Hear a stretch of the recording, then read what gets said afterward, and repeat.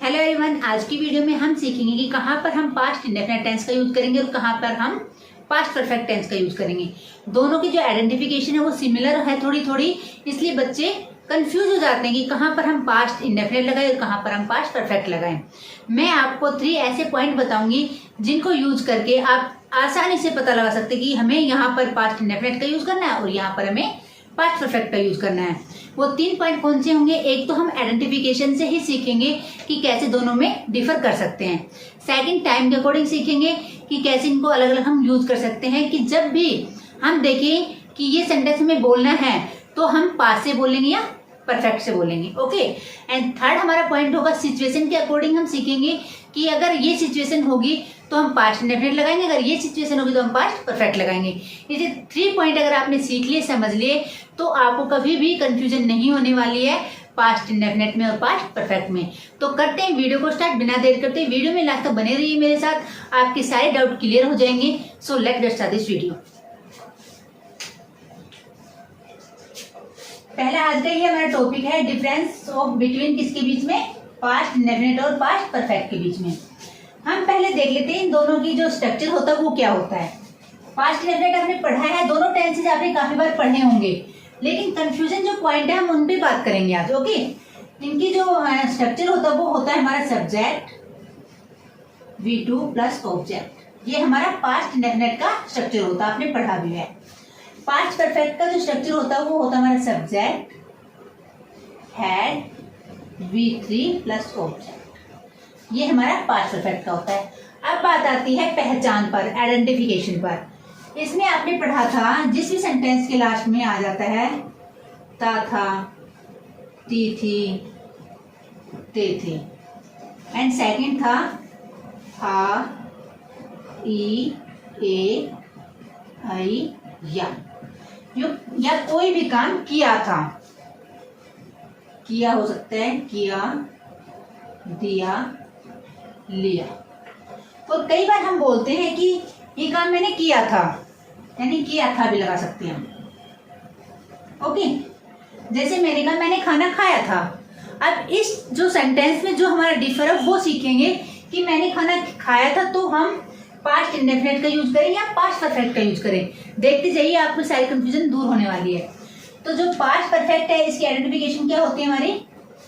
आ था, ई थी, ए थे, या था, या कोई काम किया था, ठीक है, या चुका था, चुकी थी, या चुके थे। ठीक है, ये आपने बचपन से पढ़ते आ रहे हैं, चुका, चुकी, चुके। ठीक है।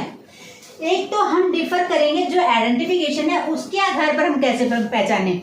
जो हिंदी मीडियम के स्टूडेंट्स हैं वो हमेशा क्या करते हैं, हिंदी की तरफ ही भागते हैं कि हमें ऐसी कोई चीज बता दी जाए कि हम मुझे देखिए और पता हो जाए कि हमें कहाँ पर पास्ट इंडेफिनिट लगना है और कहाँ पर परफेक्ट लगना है। ओके। तो पहले हम इस पे बात करेंगे, उसके बाद हम टाइम पे जाएंगे, उसके बाद हम सिचुएशन पे चलेंगे। ओके।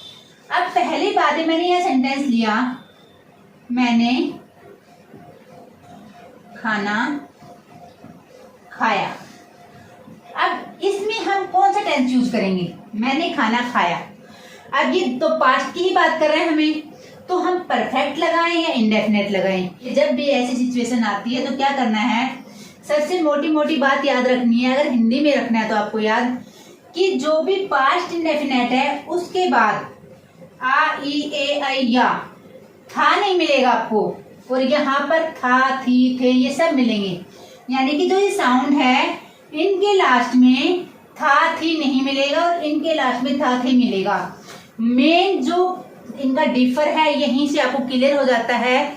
जब भी आप बात करेंगे था, थे, थी की तो आप हैड का यूज करेंगे।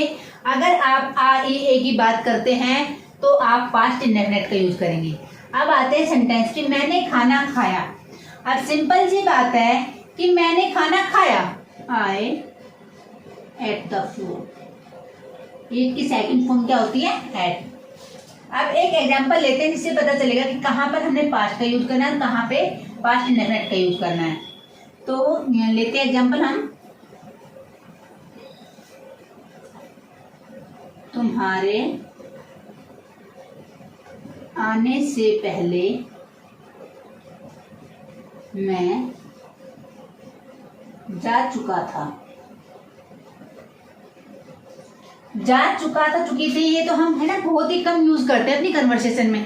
ये तो किताबी भाषा है। हम बोलते तो कैसे बोलेंगे, तुम्हारे आने से पहले मैं चला गया था, ऐसे बोलते ना, चला गया था। या लिख सकते हैं हम चला गया था। ठीक है, हमें इससे कोई मतलब नहीं चुका है या चला गया था। हमें देखना है पहला एक्शन कब हुआ है, दूसरा कब हुआ है। जब एक एक्शन होने से पहले कोई एक्शन हो चुका है तो हम उसके लिए कैसे यूज करेंगे, ये देखते हैं। तुम्हारे आने से पहले यानी कि आना बाद में हुआ है, पहले जाने का काम हुआ है। तो जो जाने का काम हुआ है वो पहले आएगा हमारा, यानी पास्ट परफेक्ट में बनेगा वो। तो आई हैड गॉन, अब पहले के लिए हम लगाएंगे बिफोर यू केम। समझ आया? यानी कि जो एक्शन हमारा हो रहा है, जैसे अब मैं प्रेजेंट में खड़ी हूं, ओके, जब मैं प्रेजेंट में खड़ी हूं और पास्ट में ही कोई एक्शन हुआ है अभी, और उससे भी पहले कोई एक्शन हुआ है, तो उसके लिए हम पास्ट परफेक्ट का यूज करेंगे। अगर प्रेजेंट के बिल्कुल अभी अभी हुआ है, मैंने अभी बताया था आपको कि मैंने खाना खाया है, सिंपल बोलना है तो हम पास्ट इंडेफिनिट का यूज करेंगे। अगर उससे भी पहले की बात करनी है हमें तो हम पास्ट परफेक्ट का यूज करेंगे। अगर आपने देख लिया दो एक्शन हो रहे हैं और एक से पहले जो कोई एक्शन हो चुका है उसके लिए हम पास्ट परफेक्ट का यूज करेंगे, ये आपको ध्यान रखना है। ठीक है, जैसे मेरे कहने से पहले ही आपने वीडियो को लाइक कर दिया था, तो कैसे बनाएंगे, you had like the video before I told. मेरे कहने से पहले ही आपने वीडियो को लाइक कर दिया था। उसके आने से पहले ही मैंने दरवाजा खोल दिया था, I had open the door before he came. ठीक है, तुम्हारे बोलने से पहले ही मैंने चाय बना ली थी, तो I had prepare tea before you told. ऐसे हम इन दोनों को साथ साथ यूज करेंगे। सिंगल में भी यूज होता है, लेकिन जो सिंगल में यूज करते हैं कन्वर्सेशन में वो यूज नहीं होता। केवल सेंटेंस जो मेकिंग होती है, जो ट्रांसलेशन होती है, उसमें आप यूज कर सकते हैं।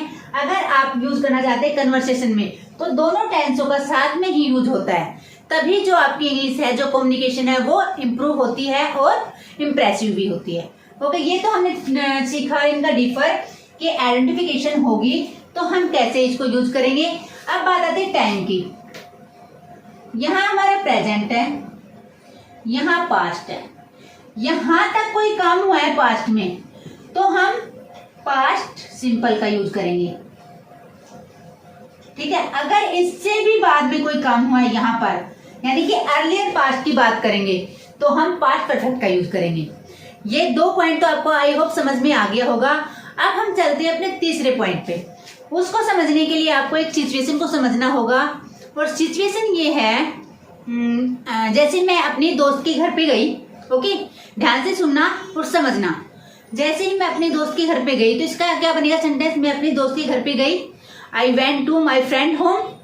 मैंने दरवाजा खटखटाया, यानी आई नॉक द डोर। यहाँ तक पास्ट सिंपल चल रहा है। फिर मैंने देखा, आई सा, क्या देखा, जो मेरी दोस्त थी वो बिल्कुल अकेली थी घर में। ठीक है, वहां तक पास्ट है।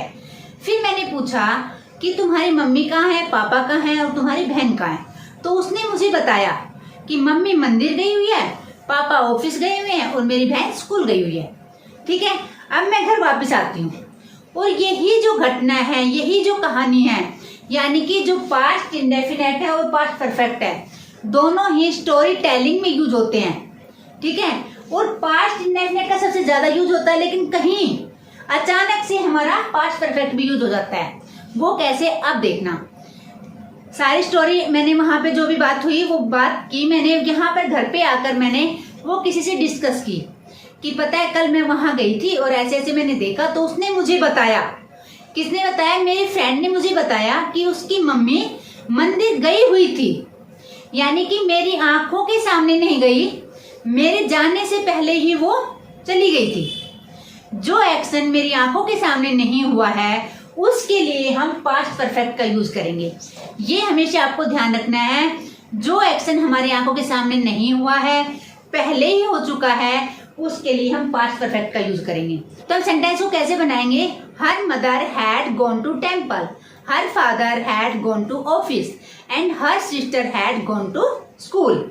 यानी कि स्टोरी टेलिंग में जब भी यूज होगा, जो हम पास्ट इंडेफिनिट में स्टोरी टेलिंग कर रहे हैं और अचानक से हमें ये बताना हो कि जब मैंने ये काम किया था तो उससे पहले ये काम हो गया था, मेरी आंखों के सामने नहीं हुआ बट हो गया था, ठीक है। ऐसी सिचुएशन में हम पास्ट परफेक्ट का यूज करेंगे। आई होप आपको तीनों पॉइंट है वो क्लियर हो गए होंगे, अब आपको कोई कंफ्यूजन नहीं रहेगी। अब आते हैं हम अपने मेन पॉइंट पर कि जो आज हमने पढ़ना है पास्ट परफेक्ट टेंस, ठीक है। पॉजिटिव आपको समझ आ गया होगा। पॉजिटिव का जो स्ट्रक्चर होता है हमारा यही होता है, जो हमारी पहचान होगी वो यही होगी। अब बात कर लेते हैं हम थोड़ा सा नेगेटिव पे, इंटरोगेटिव पे और नेगेटिव प्लस इंटरोगेटिव पे। केवल ये ज्यादा कंफ्यूजन दूर करने की बात थी कि कहाँ हम क्या यूज करें। बाकी तो आपको सेंटेंसेस में यूज करना आ गया होगा कि नेगेटिव कैसे बनता है, इंटरोगेटिव कैसे बनता है। बात करते हैं नेगेटिव की, बात करते हैं तो कैसे बनेगा ये देख लीजिए। अगर हम नेगेटिव की बात करते हैं, पॉजिटिव तो आप लोगों को समझ आ गया होगा, और इसमें ये भी कोई कंफ्यूजन नहीं है कि हमें हैड किसके साथ लगाना है। चाहे हमारा कोई भी सब्जेक्ट है सबके साथ ही हैड का यूज होगा। आज का हमारा टॉपिक है पास्ट परफेक्ट। अब इसकी आइडेंटिफिकेशन आपने जान ली है, पॉजिटिव भी जान लिया है, फिर भी लिख देती हूँ एक बार मैं। सब्जेक्ट, हैड, V3 और ऑब्जेक्ट, ठीक है। नेक्स्ट हमारा नेगेटिव होगा सब्जेक्ट, हैडंट। आप हैडंट भी लिख सकते हो और हैड नॉट भी लिख सकते हो, V3 प्लस ऑब्जेक्ट। अब हमारा ये तो होगा पॉजिटिव, ये नेगेटिव, ये इंटरोगेटिव। तो हमारा हेड आगे आ जाएगा सब्जेक्ट, V3 ऑब्जेक्ट। उसके बाद हमारा इंटरोगेटिव प्लस नेगेटिव आ जाएगा।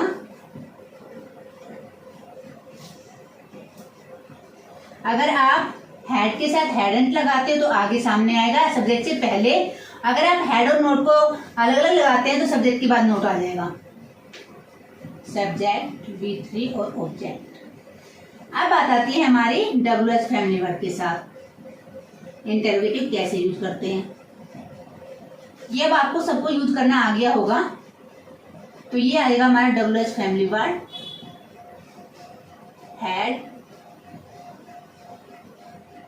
Plus subject, V3 plus object. Next है हमारा WH family word plus interrogative negative,